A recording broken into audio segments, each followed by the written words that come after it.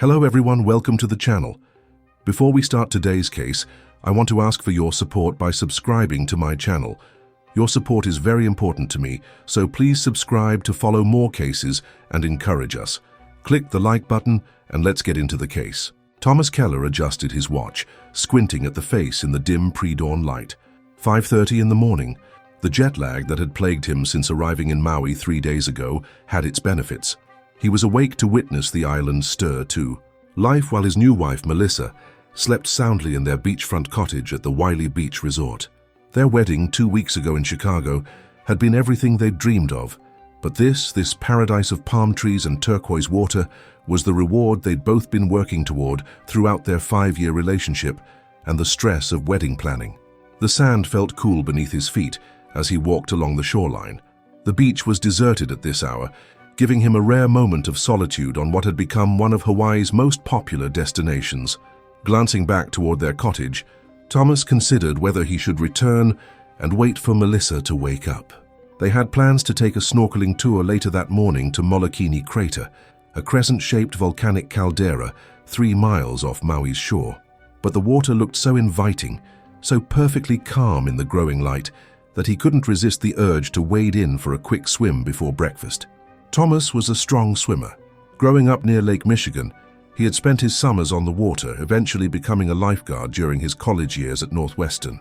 That experience had given him a healthy respect for the water, but also confidence in his abilities.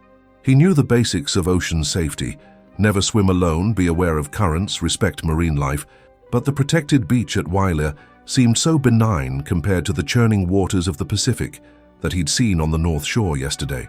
He pulled his rash guard shirt over his head. He'd bought it specifically for this trip after reading about the intensity of the Hawaiian sun, even in early April. The black and blue pattern reminded him of the Chicago Bears, his favorite football team. Melissa had teased him about bringing a piece of Chicago to Hawaii, but he didn't mind. The familiar colors were comforting in this unfamiliar paradise. Wading into the water, Thomas felt the gentle push and pull of the small waves against his calves. The water was warmer than he expected, almost like a bath. As he moved deeper, the sandy bottom gave way to scattered coral formations. He made a mental note to be careful of the reef. Their hotel had provided an extensive briefing on how to protect the delicate ecosystem that made Hawaiian waters so spectacular. When the water reached his chest, Thomas dipped below the surface, feeling the momentary disorientation of being surrounded by salt water before his body adjusted to the buoyancy. Opening his eyes underwater, he was surprised by the clarity. Even in the early morning light, he could see 30 feet ahead. A small school of yellow tangs darted away as he approached, their bright bodies flickering like gold coins against the coral. Thomas surfaced, wiping the water from his eyes and looking back toward shore. He had swum farther than he'd intended, the resort now appearing smaller against the backdrop of the West Maui Mountains. The sun was beginning to peek over Haleakala volcano to the east, casting long shadows across the water and illuminating the ocean in patches of brilliant blue. It was breathtaking. He treaded water for a moment, considering whether to head back or swim parallel to the shore for a while longer. The water was so clear, so inviting, that he decided to continue his morning exploration. After all, how often did he get to swim in waters like these?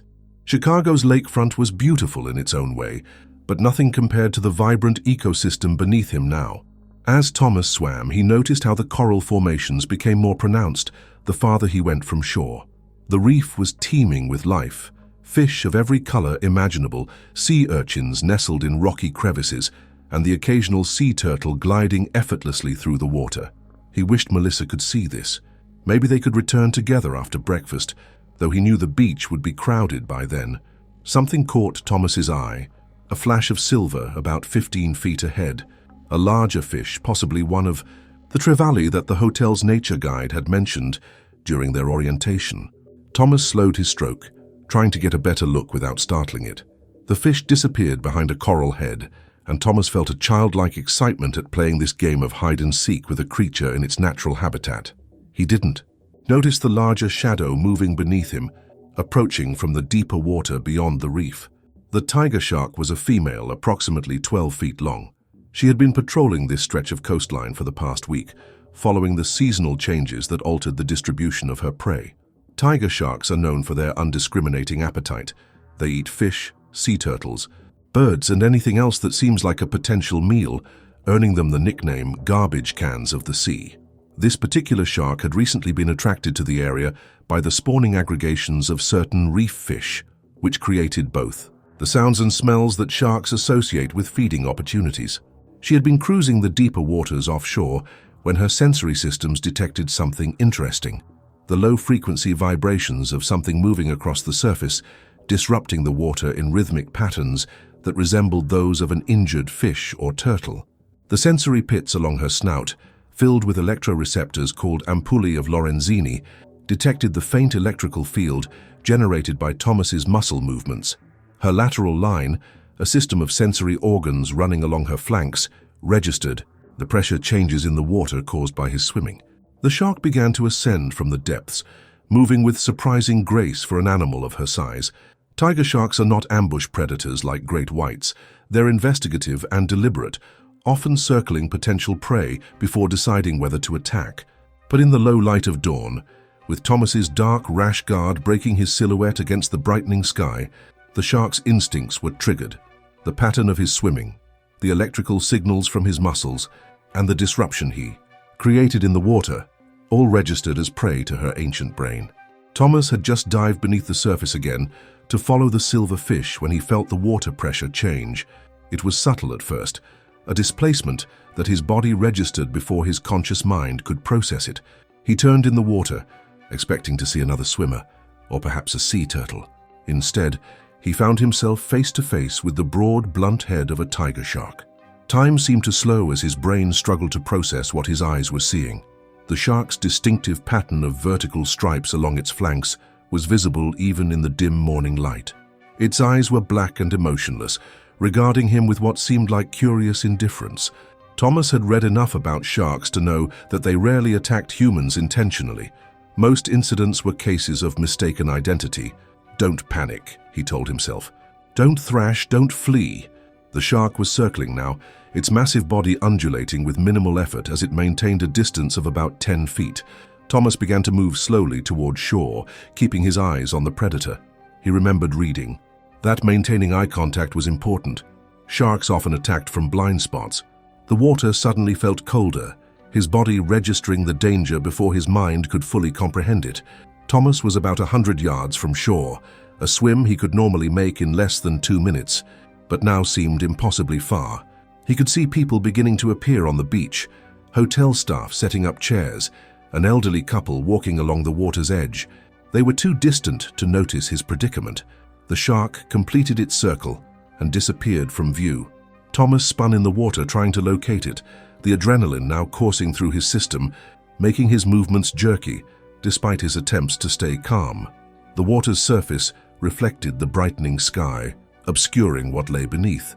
For a moment, Thomas thought the shark might have lost interest, but experienced swimmers know that what you can't see in the ocean is often more terrifying than what you can. The attack came from below. The shark hit him with such force that Thomas was lifted partly out of the water. He felt an immense pressure around his left thigh, as though it had been caught in a vice. There was no immediate pain, only the shocking awareness of the shark's body thrashing beside him, its rough skin abrading his torso as it shook its head from side to side. The primal behavior sharks use to tear flesh from bone. Thomas screamed, the sound echoing across the water before being cut short as he was pulled beneath the surface. Underwater, the world became a chaos of bubbles and blood. He punched wildly at the shark's head, aiming for the eyes and gills, as he'd once read to do in a National Geographic article that now seemed like crucial survival information rather than interesting trivia. His fist connected with something solid, then slid off the rough skin, tearing his knuckles. The shark released its grip, perhaps responding to the unexpected resistance, and circled back for a second pass. In that moment of reprieve, Thomas kicked toward the surface with his good leg, breaking into the air with a desperate gasp. The water around him was turning red. His blood, he realized with distant horror. He could see his torn rash guard, the material floating in shreds around his torso. "Help!" he screamed toward the beach, waving an arm frantically. "Shark! Help!" His voice sounded thin and ineffectual even to his own ears. The elderly couple on the beach stopped walking, seeming to notice his distress. The man cupped his hands around his mouth, shouting something Thomas couldn't hear. The pain hit him then, a searing, overwhelming sensation that radiated from his left thigh. Looking down, Thomas saw the extent of the damage through the bloodied water. The shark had taken a massive bite from his outer thigh, leaving a crescent-shaped wound that exposed muscle and bone. The sight was so shocking, so incongruous with his understanding of his own body, that Thomas felt a wave of nausea overcome him. The shark was back, its dorsal fin cutting through the surface as it approached for another pass. Thomas knew he had to move, to reach shallower water where the shark would be less comfortable. He began swimming toward shore with desperate, uneven strokes, using his arms to compensate for his injured leg, which now trailed uselessly behind him. Each movement sent fresh waves of agony through his body, but the alternative, remaining where he was, seemed unthinkable. On the beach, awareness of the emergency was spreading. The elderly man had alerted a resort employee, who was now running toward the water's edge with a rescue board under his arm. Another staff member was on a radio, presumably calling for emergency services. Thomas could see their frantic movements, but they seemed to be occurring in another world, one that was separated from his immediate reality of pain and fear by an impossible expanse of water. The shark circled back, its movements becoming more agitated as it sensed the blood in the water, a primal trigger for feeding behavior. Thomas was only about 70 yards from shore now, but his strength was fading rapidly. The blood loss was making him lightheaded, his vision beginning to tunnel. He had the strange thought that Melissa would be waking up soon, wondering where. He had gone for his morning swim.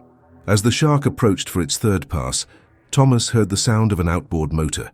A small boat, a resort patrol craft, was speeding toward him from the direction of the hotel's water sports center. The shark veered away from the noise and vibration, disappearing into deeper water momentarily. "Hang on!" a voice called from the boat. "We're coming." Thomas could barely keep himself afloat now. Each kick with his good leg sent fresh waves of pain through his body. The rescue board from shore was getting closer, a young man with "Ocean Safety" printed on his rash guard paddling furiously toward him. Thomas focused on that approaching figure, using it as an anchor for his fading consciousness. The shark returned, but this time it seemed more cautious, circling at a greater distance.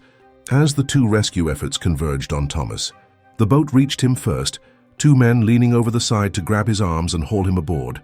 The movement was excruciating, causing Thomas to cry out as his mangled leg scraped against the boat's hull.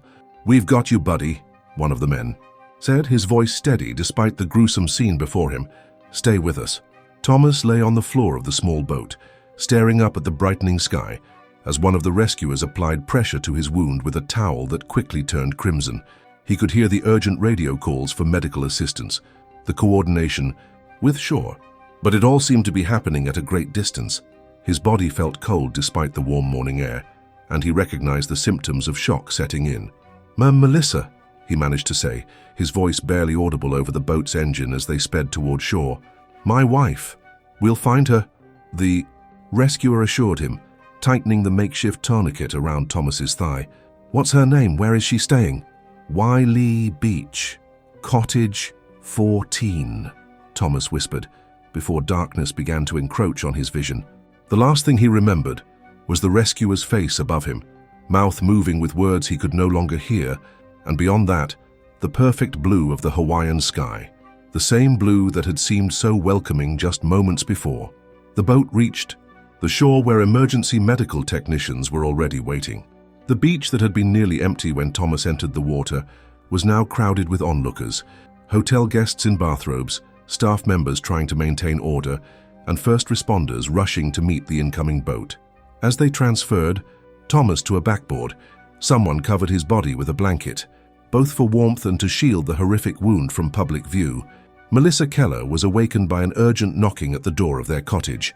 Disoriented, she glanced at the empty space beside her in bed before checking the time. 6:45 a.m.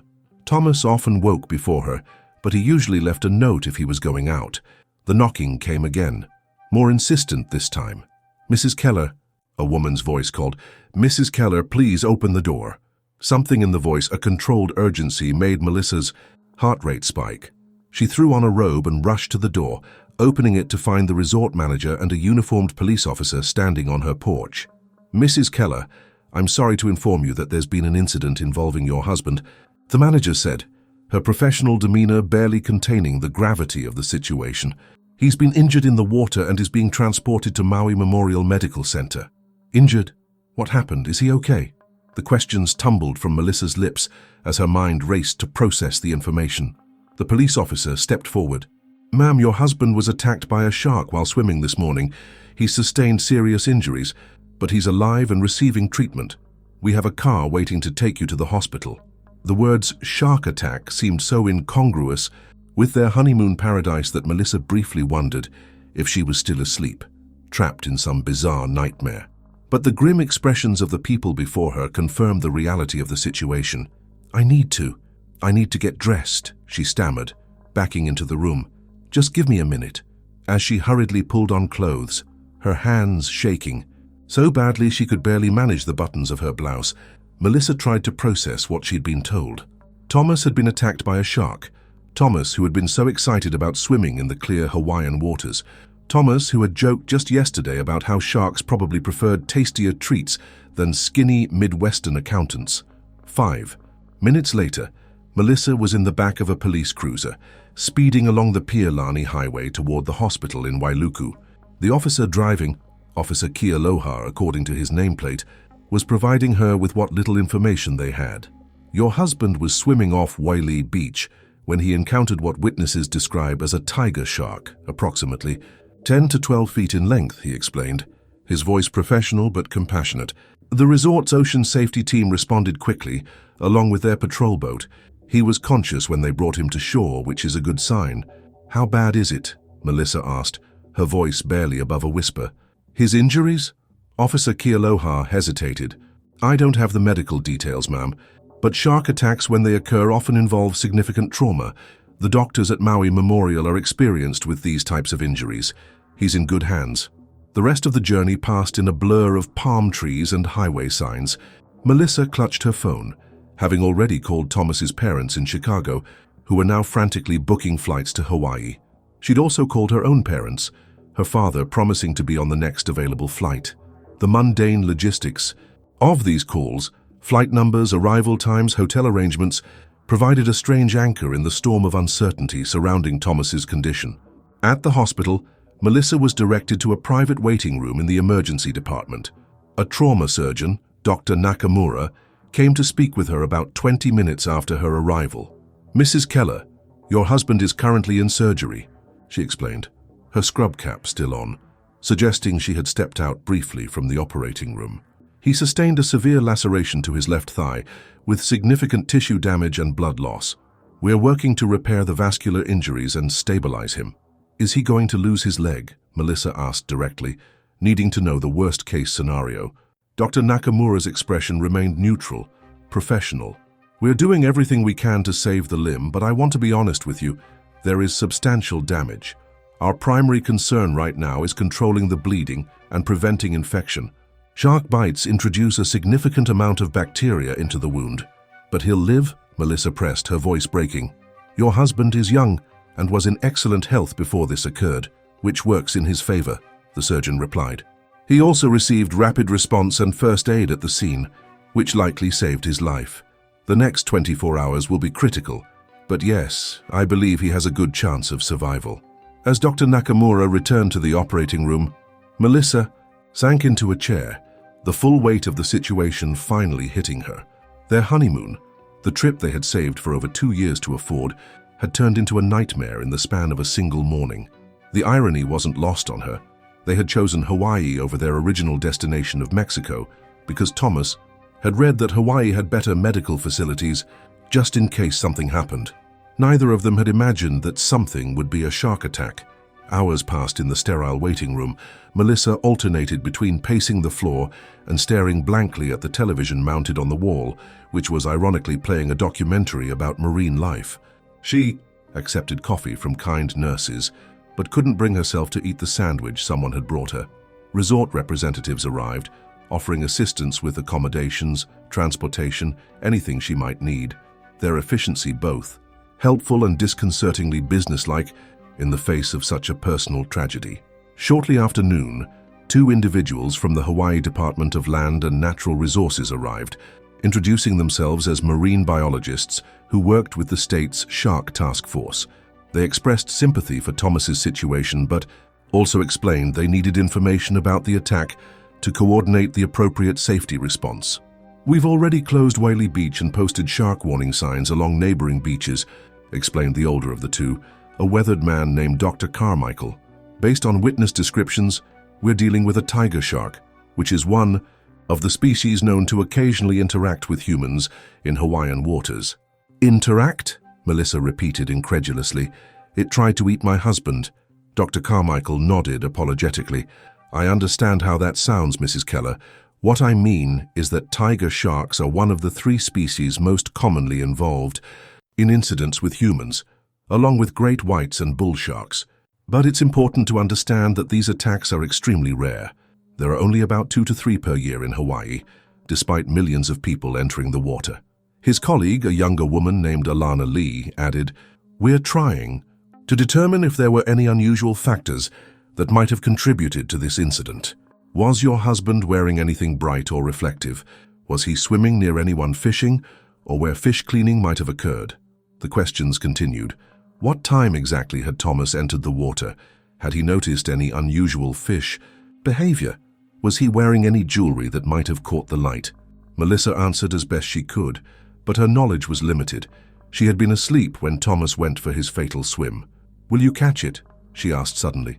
"The shark that did this." The biologists exchanged glances. "That's not our protocol, Mrs. Keller," Dr. Carmichael explained gently. "Sharks are essential apex predators in our marine ecosystem. The current scientific consensus, which guides our policies in Hawaii, is that targeting individual sharks after an incident doesn't effectively reduce risk and can cause ecological harm." Melissa felt a surge of anger at this response. So practical, so ecological, so utterly disconnected from the human suffering taking place just rooms away where surgeons were fighting to save her husband's leg, possibly his life. But before she could respond, the waiting room door opened and Dr. Nakamura returned. The surgeon had removed her scrub cap, her face showing the fatigue of hours in the operating room. "Mrs. Keller, your husband is out of surgery and being transferred to the intensive care unit. We were able to repair the major blood vessels and stabilize the wound, but he's lost a significant amount of muscle tissue from his left quadriceps. He's going to need additional surgeries in the coming days, including likely skin grafts." "But he'll keep his leg?" Melissa asked, focusing on the one question that seemed most pressing. "For now, yes," Dr. Nakamura confirmed. "Though I want to be clear, he'll have permanent disability. The damage was extensive. The shark's teeth severed multiple muscle groups and damaged the sciatic nerve. He'll need intensive rehabilitation, and even then, he'll likely always have a noticeable gait impairment." As the information sank in, Melissa felt an odd mixture of relief and grief. Relief that Thomas was alive, that he would keep his leg, but grief for the future they had imagined, now forever altered by a chance encounter with one of nature's most efficient predators. "Can I see him?" she asked. "He's heavily sedated and will be for some time," the doctor cautioned. "But yes, once he's settled in the ICU, you can sit with him." The biologists discreetly excused themselves, promising to follow up later as a nurse arrived to escort Melissa to the intensive care unit. The hospital corridors seemed endless, each turn taking her deeper into a reality she was still struggling to accept. Their honeymoon suite at the resort had been replaced by the antiseptic environment of a hospital. The romantic dinners they had planned now supplanted by discussions of surgical procedures and rehabilitation schedules. Thomas lay in the ICU bed, nearly unrecognizable beneath the web of tubes and wires connecting him to various machines. His normally tanned face was pale, with an oxygen mask obscuring his features. The steady beep of the heart monitor provided the only reassurance that beneath this medical cocoon, her husband still existed. Melissa approached the bed cautiously, as though afraid she might somehow disturb the delicate balance keeping him alive. A nurse adjusted an IV drip, explaining that Thomas was receiving powerful antibiotics to combat potential infection, along with blood transfusions to replace what he had lost. "The doctor says you're going to be okay," Melissa whispered, taking Thomas's hand, the one without the IV. "Your parents are on their way, Dad too, everyone's coming to help." There was no response, not that she expected one. The nurse had explained he would be unconscious for at least several more hours due to the anesthesia and pain medication. Melissa settled into the chair beside his bed, preparing for the vigil ahead. Outside the window, she could see the west. Maui Mountains in the distance, the same picturesque view they had admired from their resort just yesterday, now framed by the cold geometry of the hospital window. As the day progressed, the ICU staff moved around Thomas with practiced efficiency, checking vital signs, adjusting medication drips, examining the massive dressing that covered his left thigh. Melissa learned to interpret the various numbers on the monitors, finding comfort in the simple arithmetic of his recovery. Blood pressure stable, oxygen saturation good, heart rate normalizing. In the early evening, Thomas began to stir, making small movements that progressed to restless shifting. The nurse increased his pain medication, explaining that emergence from anesthesia after trauma could be distressing. His eyes opened briefly, unfocused and confused, before closing again as the additional medication took effect. It wasn't until nearly midnight that Thomas regained enough consciousness to recognize Melissa. His voice was hoarse from the intubation tube that had been removed after surgery. "Mel," he whispered, the single syllable conveying a universe of meaning. "I'm here," she responded, moving closer so he could see her without straining. "You're in the hospital. You were attacked by a shark while swimming this morning." Thomas's eyes widened slightly, the memory seemingly returning in fragments. "I saw it," he said, each word requiring visible effort. "Tiger. Stripes. So big." "Try not to talk too much," Melissa advised, pressing the call button to alert the nurse that he was awake. "Just rest. You're safe now." A tear slid from the corner of his eye. "My leg." "It's still there," she assured him, squeezing his hand. "The doctor says you'll need more surgeries, but they saved it." Relief washed over his features, followed quickly by a grimace of pain. The nurse arrived, checked his vitals, and administered another dose of pain medication through his IV. "We're giving you something for the pain, Mr. Keller," she explained. "Don't try to fight sleep. Your body needs rest to heal." As the medication took effect, Thomas's grip on Melissa's hand loosened, his eyes growing heavy. "Sorry," he murmured, the words slurring as he drifted back toward unconsciousness. "Ruined. Honeymoon. Don't you dare apologize," Melissa whispered fiercely, though she wasn't sure if he could still hear her. "Just focus on getting better. We'll have other trips." The night passed in a series of similar brief awakenings, each slightly longer than the last as Thomas's body processed the anesthesia. By morning, he was more consistently alert, though still heavily medicated for pain. Dr. Nakamura arrived, early to examine the wound, carefully removing the dressing to reveal the full extent of the damage. Melissa had prepared herself mentally, but the reality was still shocking. The shark's bite had left a massive crescent-shaped wound that curved from the front of Thomas's thigh around to the outer side. The surgical team had cleaned and closed what they could, but large sections were packed with sterile dressing where tissue was simply missing. The skin around the wound was discolored and swollen, bearing little resemblance to the leg that had carried Thomas into the water just 24 hours earlier. "The tissue looks viable," Dr. Nakamura commented, her clinical assessment a stark contrast to the emotional impact of seeing such damage. "No signs of necrosis yet, which is good. We'll take you back to surgery tomorrow to clean it again and possibly begin some of the reconstruction." Thomas nodded weakly, his eyes fixed on the ceiling rather than on his mangled limb. Melissa recognized the psychological defense mechanism, the disassociation from a reality too painful to process all at once. After the doctor left, a hospital social worker arrived to discuss practical matters. Insurance coverage, thankfully. Their policy included emergency medical evacuation, meaning they could eventually transfer Thomas to a hospital in Chicago once he was stable enough to travel. Disability paperwork and psychological resources for trauma survivors. Many shark attack survivors experience symptoms similar to PTSD, the social worker explained. Nightmares, flashbacks, anxiety. Around water, it's important to acknowledge these reactions as normal and seek appropriate support. Thomas listened silently, his face expressionless, while Melissa took notes, organizing this new information into actionable items, a coping strategy she had always employed when faced with overwhelming situations. By mid-morning, 2 police officers arrived to take an official statement about the incident. The younger officer recorded the interview, while his partner explained the purpose. "We need to document the details for state records," he explained. "Hawaii tracks all shark incidents carefully for public safety and research purposes." Thomas recounted what he could remember: the early morning swim, seeing the shark, the initial bite and his attempts to fight back, the rescue. His voice remained steady throughout, almost detached, as though he were describing something that had happened to someone else. It wasn't until he described thinking of Melissa as he fought to stay conscious that his composure cracked, his voice catching on her name. "Did you notice anything unusual in the water before the shark appeared?" the officer asked. "Any fishing activity, schools of fish, murky water?" Thomas shook his head. "The water was clear. I saw some reef fish, was following a bigger silver one when I first noticed the shark." The officers nodded, making notes. "That's consistent with what our marine biologists suspected. Dawn and dusk are higher risk times for shark activity. They feed more actively during these transition periods."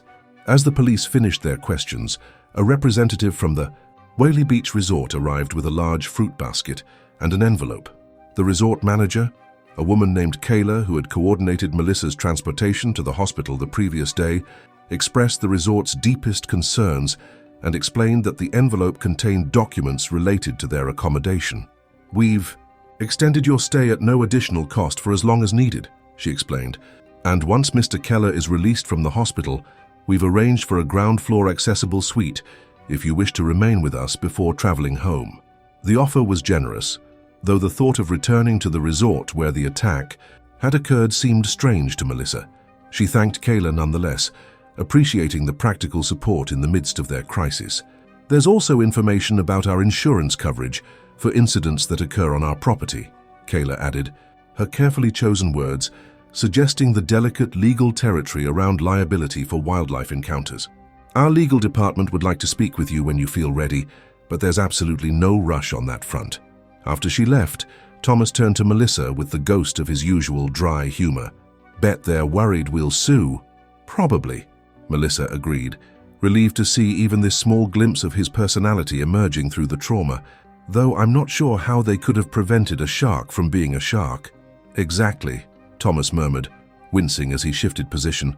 "Not their fault, not anyone's fault." This perspective, the absence of someone to blame, was proving one of the more difficult aspects of the ordeal for Melissa to process. Human beings are wired to seek causality, to identify responsible parties when tragedy strikes.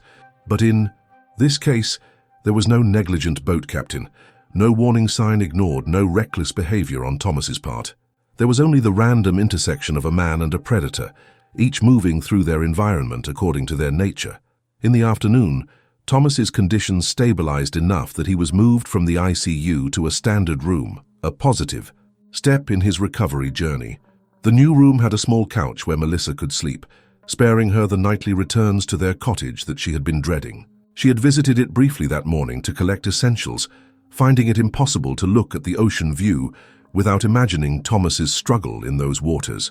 A young intern from the hospital's communications department appeared, apologetically, explaining that the local media had gotten wind of the attack and were requesting information. Shark incidents, especially involving tourists, inevitably attracted press attention.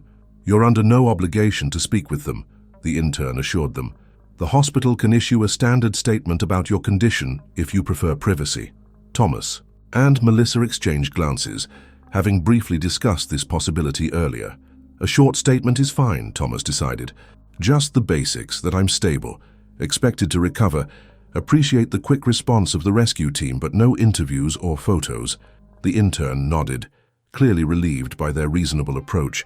Some patients, she explained without naming names, had sought to leverage their 15 minutes of fame after similar incidents, a choice that often backfired when the initial sympathy of the public morphed into criticism for provoking wildlife.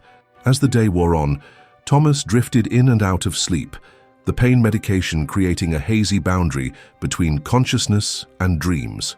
Melissa used the quiet periods to make necessary arrangements, extending their airline tickets indefinitely, coordinating with their employers about extended leave, researching rehabilitation facilities in Chicago that specialized in traumatic leg injuries. In Nifu, The early evening, two unexpected visitors arrived, the men who had pulled Thomas from the water. They introduced themselves as Kai and Jason, members of the resort's ocean safety team who had been on patrol that morning. "We just wanted to check how you're doing," Kai explained, standing somewhat awkwardly at the foot of the bed. "And to bring you this." He handed Thomas a small carved wooden turtle, explaining it was a honu, a symbol of good luck and long life in Hawaiian culture. "My uncle makes these. Said you could use some extra mana, strength, for your healing journey." Thomas accepted, the gift with visible emotion. "I don't know how to thank you both if you hadn't gotten to me so quickly." "Just doing our job," Jason responded, though the modesty didn't diminish the reality of their heroism. "You did everything right. No. Fighting back, calling for help, swimming toward shore even when injured. A lot of people panic completely in that situation." "Do you remember much about the shark?" Kai asked, professional curiosity evident in his voice. "Size, behavior, anything distinctive?" Thomas closed his eyes briefly, the memory clearly still vivid. "Big female, maybe 12 feet, distinctive striping pattern. She circled before attacking, then hit from below, came back 3 times. Kai nodded. "Classic tiger shark behavior. They're investigative predators. The repeated passes suggest she was trying to determine if you were appropriate prey. When we approached with the boat, the noise and vibration probably discouraged her from continuing. The attack. Where is she now?" Melissa asked, the question that had been bothering her since speaking with the biologists. "Most likely moved on," Jason replied. "Sharks don't typically stay in an area long, especially after an unusual encounter. They're sensitive to changes in their environment, and the beach closure increased boat activity. All that disruption tends to drive them to quieter waters. The idea that the shark that had so dramatically altered their lives was simply continuing, its nomadic existence perhaps already miles away in the vast Pacific, struck both Thomas and Melissa as surreal. There would be no capture, no absolute confirmation of which specific animal had caused such damage, no resolution in the form of the predator being removed from the ecosystem, just the arbitrary nature of wilderness encountering civilization. At its edges. After the rescuers left, a hospital chaplain stopped by offering spiritual support regardless of religious affiliation. Thomas, raised Catholic but not particularly observant, surprised Melissa by accepting the chaplain's offer of prayer. They bowed their heads together, the chaplain's gentle voice asking for healing, for strength, for peace in the face of life's unexpected turns. As night fell, Thomas became more reflective, the day's parade of visitors having exhausted him physically, but seemingly having provided emotional catharsis. "I keep thinking about the shark," he admitted to Melissa as she adjusted his pillows. Not with fear or anger, weirdly enough, more like respect. "Does that sound crazy?" "A little," Melissa admitted, sitting beside him on the edge of the bed. "Most people would be having revenge fantasies, I think." Thomas shook his head slightly. "It wasn't personal. That's what keeps hitting me. I was just in food. Potential food that turned out to be too much trouble. There's something humbling about that. Being reminded we're not always at the top of the food chain." Melissa wasn't sure how to respond to this philosophical turn. Thomas had always been the more introspective of the two of them, finding meaning in experiences that others might simply endure. It was one of the qualities she loved about him, though in this moment, she wished he could just be angry like a normal person. "The doctors say they'll take you back to surgery tomorrow," she said instead, steering the conversation toward practical matters.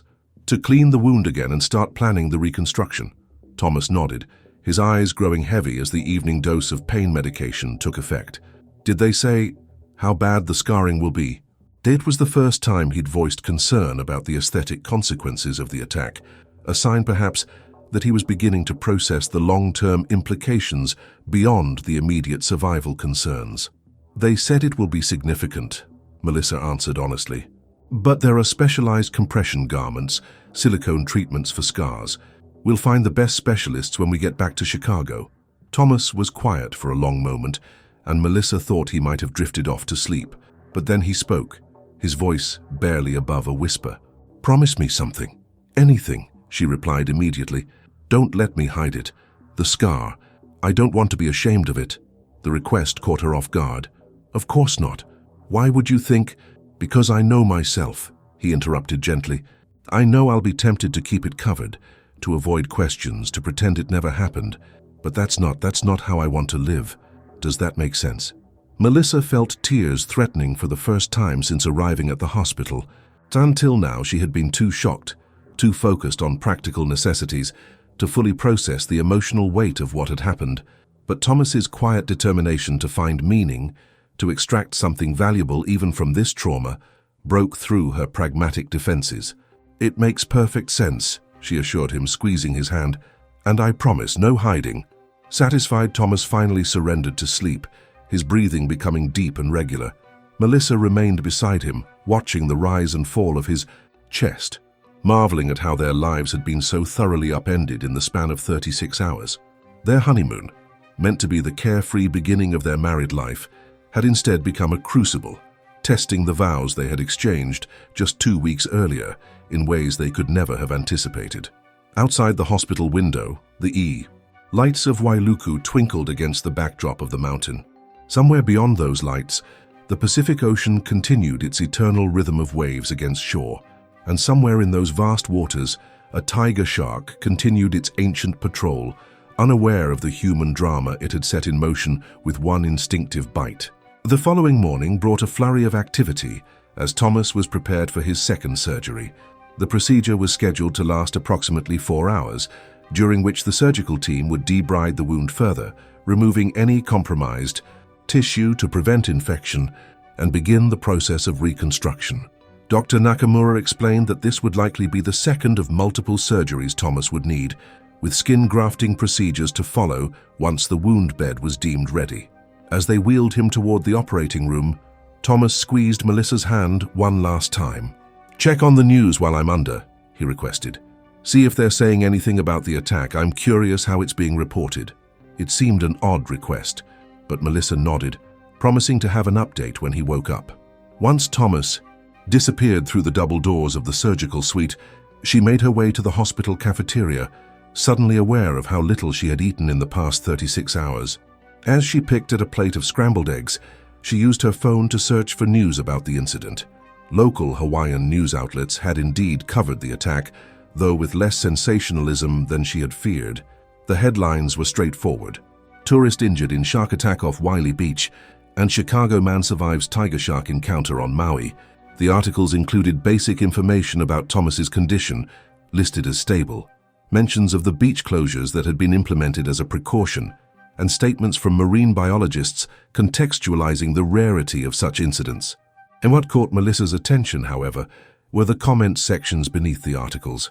While many readers expressed sympathy for Thomas and wishes for his recovery, others had used the incident as a launching point for debates about shark conservation, tourism impact on marine ecosystems, and the responsibilities of visitors in Hawaiian waters.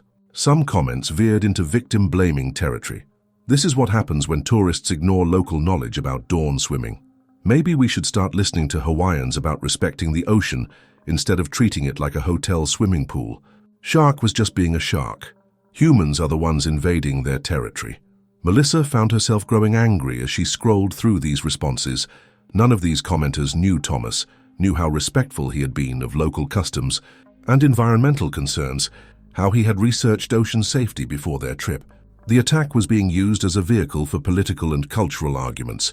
The actual human being at the center of it rendered almost incidental.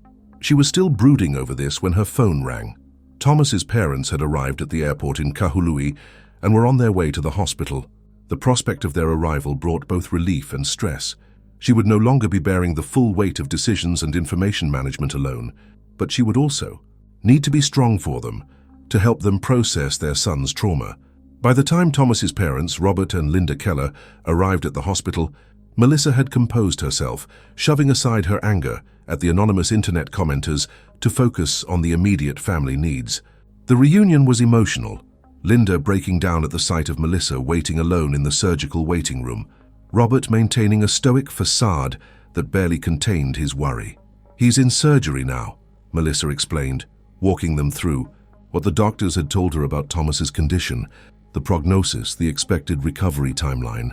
"They're saying he'll eventually need transfer to a mainland hospital for continued rehabilitation, but not for at least a week, maybe 2. "And the shark?" Linda asked hesitantly, as though saying the word might somehow conjure the predator. "Is there any danger to other people?" They've closed the beaches as a precaution, Melissa explained, but the marine biologists say tiger sharks are usually transient. They don't stay in one area for long. They're not planning to try to catch it. Robert Keller, a retired engineering professor with a naturally analytical mind, had been quietly absorbing the information. What about identification? Surely with a wound that distinctive, they could identify the specific shark if it's ever recaptured for research. I'm not sure, Melissa admitted. I don't think that's a priority for the authorities here. They seem more focused on prevention and education than on tracking individual sharks. As they settled in for the long wait during Thomas's surgery, Melissa shared what little she knew about the road ahead, the likelihood of permanent disability, the need for extensive physical therapy, the possibility that Thomas might need to consider a change in career if his current job as a construction project manager proved too physically demanding with his injury. He'll adapt, Robert said with quiet confidence in his son. He's always been resilient and he has you. The simple acknowledgement of her role in Thomas's recovery brought fresh tears to Melissa's eyes. I just keep thinking about how different our lives will be now. We had all these plans, hiking trips, marathon training. Thomas was even talking about learning to surf during this trip. Linda reached across to take Melissa's hand. Plans change, dear. That's part of marriage, for better or worse, remember. This is one of those worse moments, but you'll have plenty of better ones ahead. Different ones than you imagined, perhaps, but no less valuable. The wisdom in her mother-in-law's words provided unexpected comfort. Melissa had been so focused on the immediate medical crisis that she hadn't allowed herself to fully process the long-term implications for their marriage, their future together. Linda was right. This was precisely what they had vowed to face together, though neither had anticipated testing those vows quite so soon. Thomas emerged from surgery in the early afternoon, the procedure having gone as well as could be expected. Dr. Nakamura met with the expanded family group, explaining that they had been able to clean the wound thoroughly and begin some reconstruction of the damaged muscle groups using artificial mesh supports where natural tissue was missing. The good news is that we're not seeing any signs of infection, she reported. The ocean is full of bacteria, and shark mouths particularly so, but the immediate first aid he received and the aggressive antibiotic regimen seemed to be working effectively. The next stage would be skin grafting once the wound bed was sufficiently stable, a procedure that would likely take place in 3 to 4 days. After that, assuming no complications, Thomas could begin the process of transfer to a mainland facility to continue his recovery closer to home. Will he walk again? Robert asked directly, voicing the question that had been hovering unspoken among them. Yes, Dr. Nakamura confirmed, though not without significant rehabilitation. The damage to his quadriceps muscles will affect his ability to extend his leg normally, and the sciatic nerve injury will likely cause some permanent numbness and possibly some foot drop. He'll almost certainly need a supportive brace and possibly a cane for stability, at least initially. How much function he ultimately recovers will depend on his dedication to rehabilitation and how his body responds to the reconstructive procedures. When Thomas was finally brought back to his room, still groggy from anesthesia, the reunited family maintained a quiet vigil around his bed. The monitors beeped steadily, each sound a reassurance that despite the trauma his body had endured, his vital functions remained intact. Linda gently stroked her son's hair, a motherly gesture that seemed to transcend his adult status, returning him momentarily to the child she had once comforted through skinned knees and childhood illnesses. By evening, Thomas was alert enough to recognize his parents, though the pain medication kept him from engaging in extended conversation. He seemed content simply to have them nearby, their presence a tangible connection to the life that existed before the shock, the life that waited for him beyond this hospital room. As night fell, Melissa insisted that Robert and Linda return to the hotel room she had arranged for them to get proper rest. They would need their strength in the days ahead, and the hospital staff had assured them that Thomas's condition was stable. Reluctantly, they agreed, leaving Melissa once again alone with her husband. In the quieter room, Thomas seemed more lucid, more present than he had been since the attack. "Did you check the news?" he asked, remembering his request from before surgery. Melissa hesitated, not wanting to share the more negative comments she had read. "It was covered in the local papers, yes. Basic facts, nothing sensationalized. The hospital's privacy measures seem to be working. No reporters have tried to contact us directly." Thomas nodded, seeming satisfied with this answer. Good. I don't want to be some shark attack poster boy, but I was thinking. He paused, gathering his thoughts. I want to report this properly, for the research. The biologists who came by, they mentioned it helps them understand patterns, protect other people. They took your statement yesterday, Melissa reminded him. The police, remember? That was different. Official report, Thomas clarified, his speech still slightly slurred from medication. I mean the scientific databases. There's apparently international ones where they track all attacks, analyze the patterns. Melissa was surprised by this continued interest in the scientific aspects of his traumatic experience. We can look into that when you're feeling better. I'm sure those biologists would help connect you with the right resources. Thomas seemed satisfied with this answer, drifting back toward sleep. But before he fully succumbed, he murmured, I keep seeing it, Mel, when I close my eyes. Not scary exactly. Just there, those eyes, like looking at something from before humans existed. Melissa didn't know how to respond to this, so she simply held his hand until his breathing deepened into sleep. She wondered if these almost mystical descriptions of the shark were a psychological coping mechanism or something deeper, an attempt to find meaning in an experience that had fundamentally altered his understanding of his place in the natural world. The next morning brought a visit from yet another specialist, a psychiatrist who specialized in trauma, particularly incidents involving animal attacks. Dr. Levin spoke with Thomas while Melissa stepped out to get coffee, explaining that psychological recovery often followed a different timeline than physical healing. Many survivors experience a phase of intense curiosity about the animal that injured them, she explained when Melissa returned. Learning about sharks, their behavior, their role in the ecosystem, this can be a healthy way of processing the experience, of making sense of something that feels senseless. That's exactly what he's been doing, Melissa confirmed, asking questions about the shark, talking about reporting his experience for research databases. Dr. Levin nodded. It's quite common. Some survivors even become advocates for conservation of the very species that harmed them. It can be a way of reclaiming control, transforming themselves from victim to educator, from passive recipient of trauma to active participant in preventing future incidents. This perspective helped Melissa better understand Thomas's seemingly incongruous fascination with the shark. Rather than a strange fixation, it was actually a positive sign, evidence that he was actively engaging with his trauma rather than allowing himself to be defined solely as its victim. The day progressed with the now familiar rhythm of hospital life, vital sign checks, medication adjustments, brief walks with physical therapy to maintain circulation in Thomas's uninjured limbs. The Hawaii Department of Land and Natural Resources representatives returned with an update. The beaches near Wailea had been reopened after 48 hours without shark sightings, though warning signs would remain in place for another week as a precaution. We'd like to circle back to the conversation about your experience being documented for research purposes, Alana Lee explained, handing Thomas a business card. When you're back on the mainland and have had time to process everything, we have colleagues at several shark research institutions who would value your first-hand account.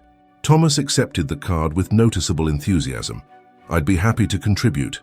Anything that helps prevent this from happening to someone else. After they left, Melissa shared Dr. Levin's insights about this aspect of trauma recovery, which seemed to resonate with Thomas. That makes sense, he acknowledged. I can't undo what happened, but maybe I can help it mean something beyond just bad luck. In the afternoon, Robert and Linda returned, bringing a tablet loaded with research about rehabilitation facilities in Chicago, adaptive home modifications, and support groups for survivors of traumatic injuries. Their practical approach, focusing on solutions rather than dwelling on the trauma itself, seemed to energize Thomas. For the first time since the attack, he began actively participating in planning for the future, evaluating options, making decisions about his care. There's a rehab center affiliated with Northwestern Memorial that specializes in leg trauma, he noted, scrolling through the information his father had compiled. Their outcomes for patients with nerve damage look promising. Melissa felt a surge of hope at this engagement. In the initial aftermath of the attack, Thomas had been understandably passive, allowing the medical team to make decisions while he focused simply on enduring the pain. This shift toward actively planning his recovery suggested a psychological corner had been turned. The evening brought an unexpected gesture from the local community. A group of Hawaiian cultural practitioners arrived at the hospital, asking permission to offer a traditional healing ceremony for Thomas. Led by an elderly kahuna, or spiritual expert, the small group explained that they felt it important to acknowledge the incident according to traditional Hawaiian values, which hold that harmony between humans and the natural world must be maintained, even, perhaps especially, when that relationship has been disrupted by injury. Thomas and Melissa, touched by the offer, readily agreed. The simple ceremony involved chanted prayers in Hawaiian, the presentation of tai leaves, symbols of protection, and the sharing of pohaku, or sacred stones, which the kahuna explained would help forge a spiritual connection to the land during healing. The practitioners emphasized that in traditional Hawaiian understanding, the shark, mano in their language, was not viewed as malevolent, but as a powerful force warranting respect, often associated with ancestral guardians, or aumakua. This ceremony is not just for your physical healing, the kahuna explained to Thomas, but for the restoration of pono, rightness, balance, between you and the ocean. The mano did what is in its nature. You survived, which is in the nature of human courage. Now both continue on your paths, but with awareness of each other. The sincerity and cultural depth of this gesture moved everyone present. Even Robert, whose scientific mind typically dismissed spiritual explanations, seemed affected by the ceremony's focus on reconciliation rather than blame, on healing rather than retribution. After the cultural practitioners departed, a peaceful atmosphere remained in the hospital room. Thomas appeared more relaxed than he had since the attack, the constant tension in his face somewhat eased. Whether from the ceremony itself or simply the compassion it represented, something had shifted in his relationship to the trauma. "I want to see it," he said suddenly. "My leg. I've been avoiding looking directly at it during dressing changes." Doctor Nakamura had mentioned this avoidance as a normal protective mechanism, but had also suggested that eventually Thomas would need to confront the reality of his injury as part of accepting it. With gentle assistance from a nurse, the dressings were partially removed, allowing Thomas to see the surgical site for the first time since the initial emergency procedures.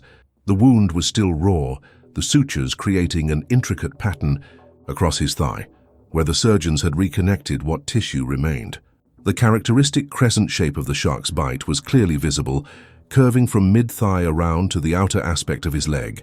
The damage was substantial, a permanent reminder engraved in his flesh of his encounter with one of nature's most efficient predators. Thomas stared at the wound in silence for a long moment, his expression unreadable. Then, to everyone's surprise, he reached down and gently touched the edge of the healing tissue. "Well," he said finally, "that's going to be one hell of a conversation starter at the beach." The unexpected humor broke the tension in the room, drawing startled laughter from Melissa and his parents. It was so quintessentially Thomas, finding the absurd angle even in tragedy, refusing to be solemnized by circumstances that might crush a less resilient spirit. "Only you," Melissa said, shaking her head in amused disbelief, "would be planning beach trips after what you've been through." "Hell yes, I'm planning beach trips," Thomas responded with unexpected vehemence.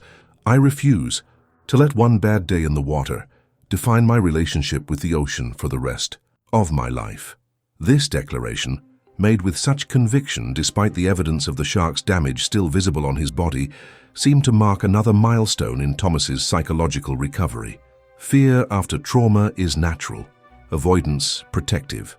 But the determination to eventually return to the very environment where the injury occurred, not out of bravado, but as a deliberate choice not to be limited by fear, suggested a resilience that boded well for the challenging recovery ahead. Later that night, after his parents had again returned to their hotel and the hospital had settled into its nighttime routine, Thomas and Melissa found themselves alone with their thoughts. The television played softly in the background, a cooking show that neither was really watching, providing comfortable background noise to fill the silence. "I had a strange thought today," Thomas admitted, his voice quiet in the dimmed room. "About evidence." "Evidence?" Melissa repeated, unsure what he meant. "Of what happened," he clarified. "Besides this," he gestured toward his bandaged leg. "There's no proof, is there? No photos of the shark, no video of the attack, just my memory and this wound." Melissa considered this. The witnesses saw you in the water, saw the rescue. The doctors obviously know a shark bit you. The wound pattern is distinctive. But the shark itself, Thomas persisted. It's just gone back into the ocean. No one will ever know which specific tiger shark it was. There's something strange about that, to have your life completely altered by a creature that remains anonymous, unidentified. It was an existential observation, one that highlighted the arbitrary nature of their trauma.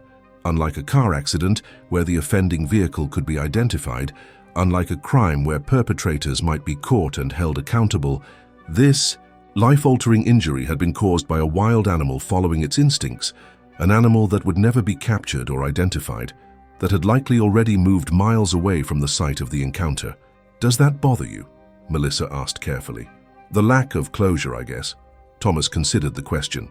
Not exactly bothers. It's more like, it makes the whole thing feel almost mythological, like I encountered some force of nature rather than just an animal. The shark exists now more in my mind than anywhere else, at least for me personally. This perspective, framing the attack in almost philosophical terms, was so characteristic of Thomas that Melissa felt a surge of relief. Despite the trauma, despite the long recovery ahead, the essential Thomas was still intact. His tendency toward introspection, his ability to find meaning in experience rather than simply enduring it, remained undiminished by physical injury. Just promise me one thing, she said, squeezing his hand. When you tell this story years from now, and you will tell it, I know you, don't make the shark any bigger than it actually was. Thomas laughed, a genuine sound that echoed in the quiet room. Are you accusing me of potential fish story exaggeration? I'm just saying 12 feet is plenty impressive without embellishment, she teased, grateful for this moment of normalcy, of the familiar banter that had characterized their relationship long before vows were exchanged or tragedies endured. Fine, 12 feet it stays, Thomas agreed with mock solemnity. Though in my defense, when something is actively trying to eat you, objective size estimation isn't exactly priority one. This gentle humor, the ability to find lightness, even in the darkest circumstance, was perhaps their greatest shared strength, the quality that would carry them through the challenging months ahead, as Thomas underwent additional surgeries, endured grueling physical therapy, and gradually adapted to the new reality of his body's capabilities and limitations. Outside the hospital window, the Hawaiian night was alive with the sounds of insects and distant waves. Somewhere in those waters, a tiger shark continued its ancient patrol, guided by instincts evolved over millions of years. The shark retained no memory of the human it had encountered briefly 2 days earlier, no awareness of the life it had forever altered with one instinctive bite. It simply moved through the darkness, sensing, hunting, surviving, as it had been designed to do long before humans ever entered its domain. 2 days later, as Thomas prepared for his third surgery, the skin grafting procedure that would be the final major operation before he could be cleared for medical transport back to Chicago, he reflected on how quickly the human mind adapts to new realities. The hospital room that had initially seemed so foreign now felt almost familiar. The rhythm of vital checks, medication schedules, and therapy sessions had created a new normal that bordered on routine. The local news coverage of the attack had already faded, supplanted by more recent events. A tropical storm approaching the Big Island, a political controversy involving tourism development. Thomas's encounter with the shark, so momentous to him and his family, had become merely another statistic in Hawaii's shark incident database, noteworthy primarily to the researchers who studied such patterns. On his final evening in Maui, before the medical transport flight scheduled for the following day would carry him back to Chicago, Thomas received one last visit from the marine biologists who had been documenting his case. They brought with them something unexpected, a detailed forensic analysis of his wound pattern, which they had compiled with permission from his medical team. Based on the bite radius, tooth spacing and penetration depth, Dr. Carmichael explained, displaying a diagram on his tablet, we can confirm with near certainty that you encountered a mature female tiger shark, approximately 11 to 12 feet in length, likely between 15 and 20 years old. The scientific precision of this assessment was oddly comforting to Thomas, transforming the almost mythical creature of his memory into a quantifiable entity with specific characteristics. The biologists had even created a 3D model of the likely shark based on the wound measurements, showing Thomas a rendering of the animal that had so dramatically altered his life. "We've added your case to the International Shark Attack File," Alana Lee added, "which helps researchers track patterns globally. Your detailed account of the shark's behavior before and during the attack is particularly valuable. Most victims don't recall or observe as much as you did."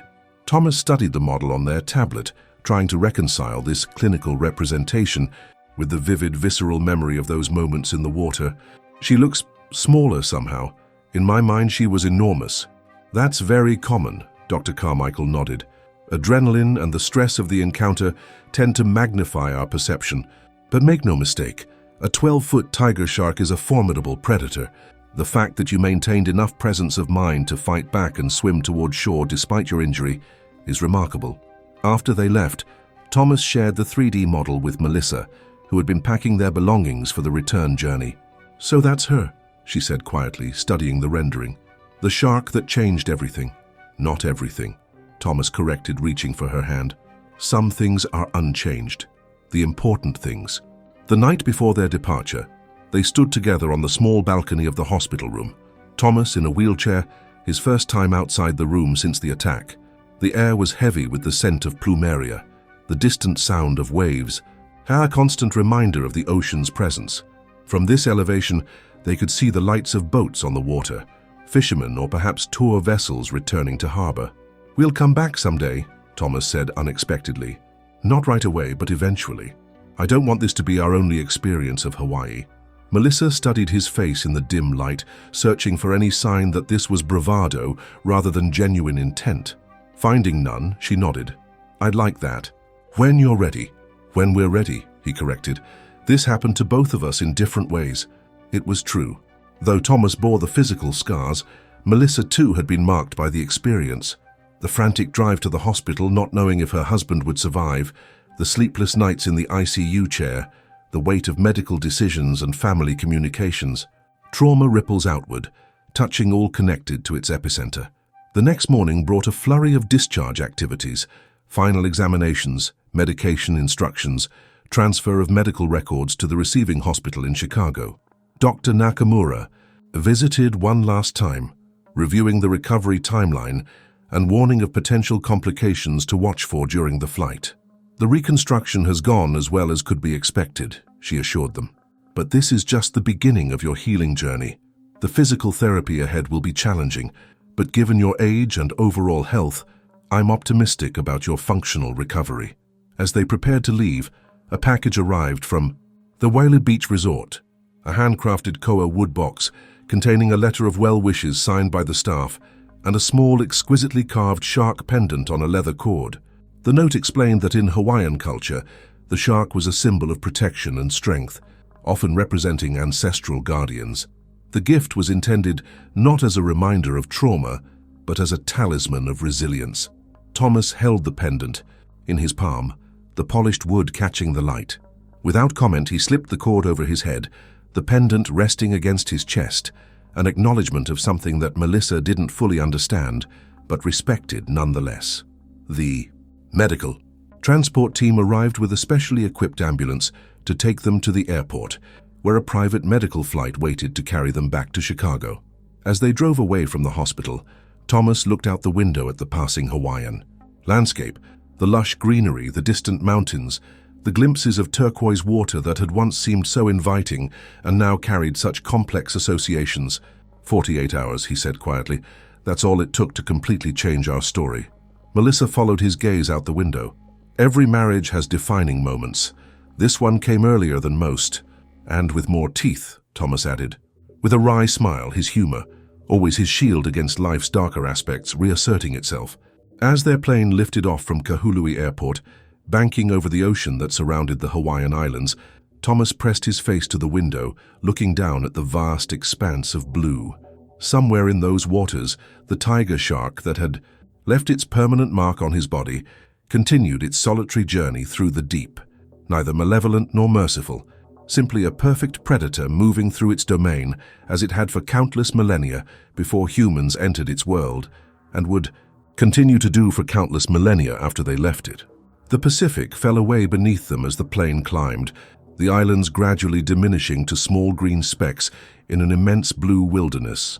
Thomas settled back in his medical transport bed, his hand finding Melissa's as they began the long journey home, carrying with them not only the physical reminders of their encounter with wild nature, but a newfound awareness of life's fragility and preciousness that would shape their shared future in ways they were only beginning to understand.